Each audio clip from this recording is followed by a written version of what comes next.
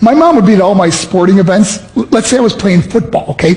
My mother would be on the sidelines, and if the play on the field started going one way, my mother would run along like, Mark, get him, get him! I'd be like, oh my gosh.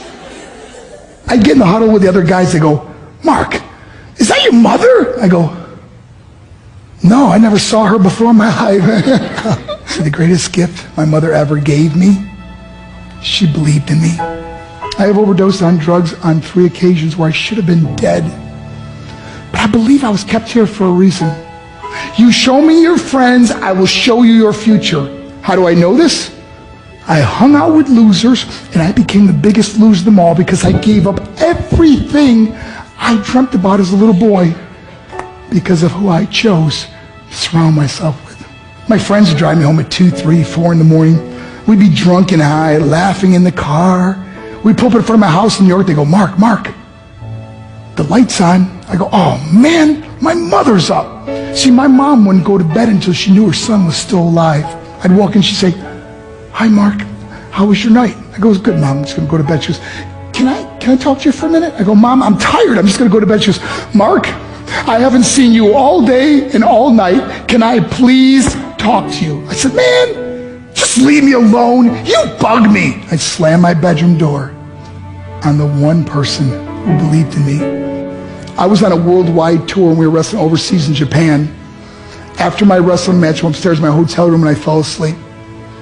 There was a knock at my door at 3 o'clock in the morning. I got out of bed and I looked through the safety window and I could see it was a Japanese promoter. So I opened the door and he said, Mark, you need to call home. There's been an emergency. I went and got on the hotel room phone. I called back to the United States. I said, hey, what's going on? They said, Mark, I don't know how to tell you this. I said, just tell me what happened. All of a sudden they started crying. They go, Mark, I can't tell you. I said, just say it. They said, Mark, your mother died. I just threw the phone down. I ran out of my hotel room. I took the elevator to the lobby, and when the doors opened up, I just ran out into the street. I mean, there was no cars, there was no people. It was 3 o'clock in the morning.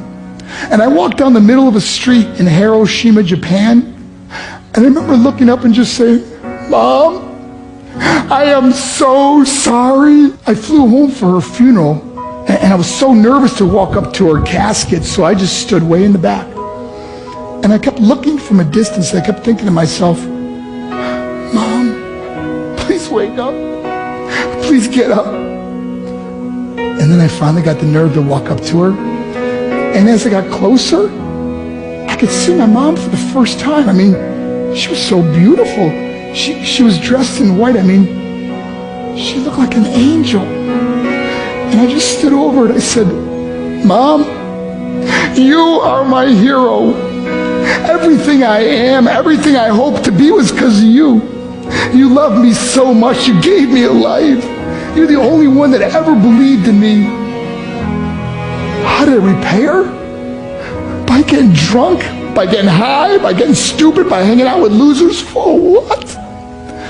All she ever wanted to do was talk to me.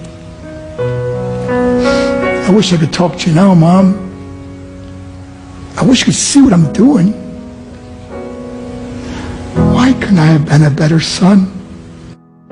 We are defined by our choices. But if you surround yourself with people involved in drugs and alcohol and pills, it's a dead end. I'm not here to preach to you. I'm here to tell you I lived that life. It leads to broken hearts, broken relationships, broken dreams, and death. For what? To get high? If you have a mother or a father, when you go home, tell them how much you love them. See, my whole life was about being rich and famous. I had to be a millionaire. I had to win the race. I had to win the race at the expense of my marriage, my family, my friends. For what?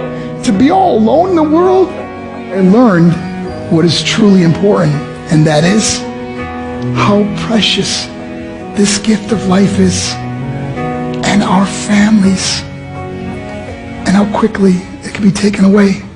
See, I no longer live in time. I live in moments. See, it's not what's in your pocket that matters. It's what's in your heart that truly matters. Love Love is just a word until somebody comes along and gives it meaning. You're the meaning.